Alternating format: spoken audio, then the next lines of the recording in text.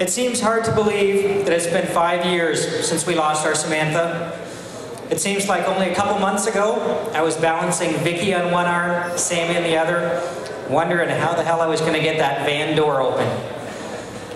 Parents of twins all over the world have a special place in their heart for whoever invented that remote control that opens your van door for you. Although there were moments I would have disputed it at the time, I was very lucky to be a Mr. Mom when my kids were little. My wife Lori worked days and I worked evenings so we could raise our kids ourselves without depending on daycare or sitters. I'd take care of the three of them all day, say a quick hello to Lori at 3:30 and then head to work for my 4 to midnight shift. That which doesn't kill you only makes you stronger, so they say.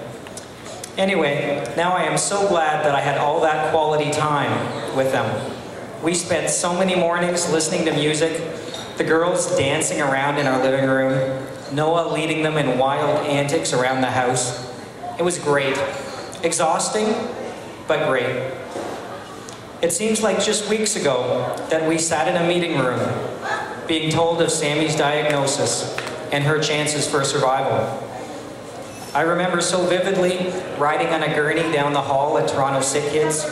We hid under the sheets pretending there were monsters out there, rather than just the germs that could exist in a hospital between her isolation room and the CAT scan room. It seems like days ago we read to her comatose body in PCCU, her little stuffed frog Hoppy resting on her head, watching over her. The final memory of nurses and doctors running into her room, alarms sounding, our hearts breaking as hers stopped, is etched forever in my mind. 6 weeks ago, on the 5th anniversary of Sammy's passing, I awoke early and I picked up a pen. I used to write poetry when I was younger, and the best ones always just poured out of me. No need for a thesaurus or tapping a pen trying to figure out what the next line would be. They would just flow. I hadn't written in a long time, but this is what flowed out of me that morning. It's called 5 Years an Angel. 5 years cancer-free, our dear Sammy. No chemo, no pokes, and no more IV. 5 years without doctors and hospital beds, no oxygen masks, and no more meds. The monitors are quiet. The respirator shut down. I still remember the tiny blood-stained gown.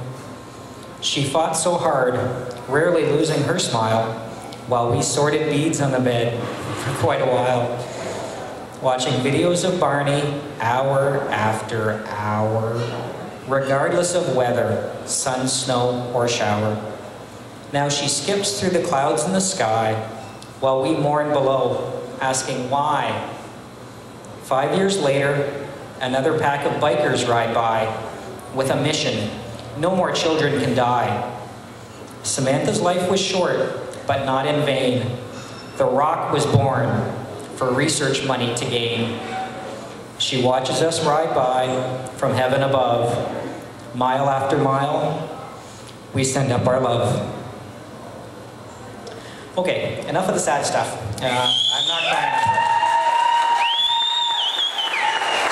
Thank you.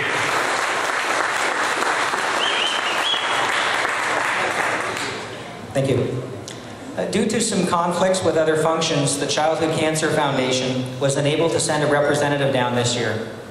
It sort of worked out anyways, as we don't know how much total we will raise this evening at the concert or the silent auction, which is open for early bids over to my left. The final cutoff for those bids will be 9 p.m. It is with great pleasure that I announce our 2008 total as of this moment, which includes our barbecue at K106.3, corporate donations over the last couple months, and the money from pledges that you all raised. By ensuring all our prizes and supplies are donated or covered by corporate sponsors, every penny raised goes directly to the Childhood Cancer Research Fund. This money funds research at 17 children's hospitals across Canada, including 2 very dear to our hearts: the Children's Hospital of Western Ontario and R.O.C.K Kids. Let's give ourselves a big hand, because that total at this moment is $28,400. Great job, everybody. I'm now going to turn the mic back over to Chris to do all our awards. Thank you.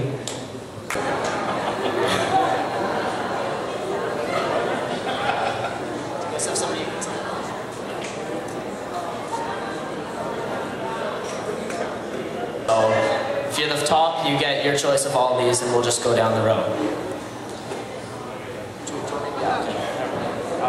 Okay, so our top fundraiser for the R.O.C.K 2008, raising a whopping $4,175 is Walter Fraser.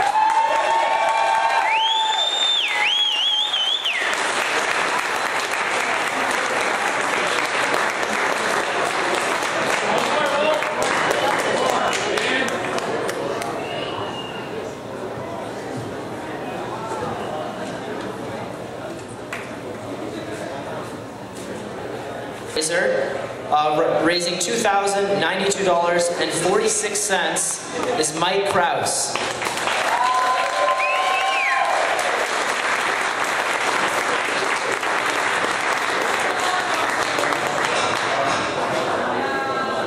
Raising $1,280 is Ron Bain. Ron, come on up and take a pic of these fine prizes. Oh.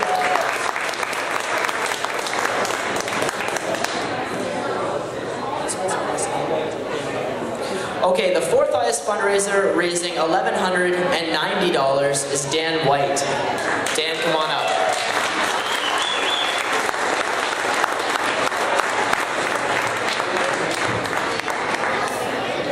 $1,075 is Mike Johnson.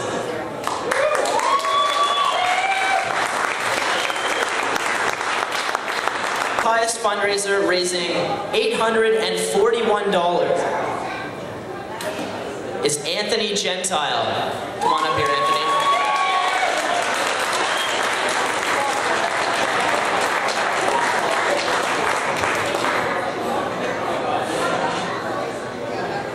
$726.50 is Anthony Parsons. Sorry, Alan Parsons, my mistake.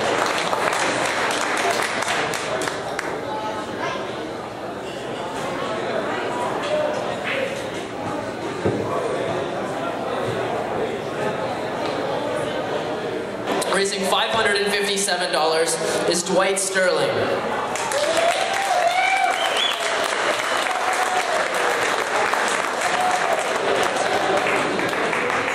Dwight? Oh, here he comes.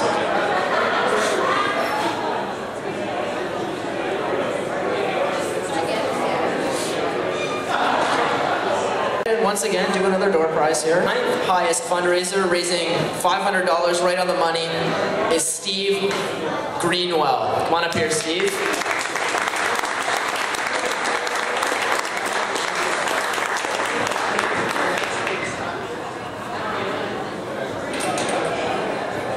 Our 10th highest fundraiser, raising $460, is Chad Watson.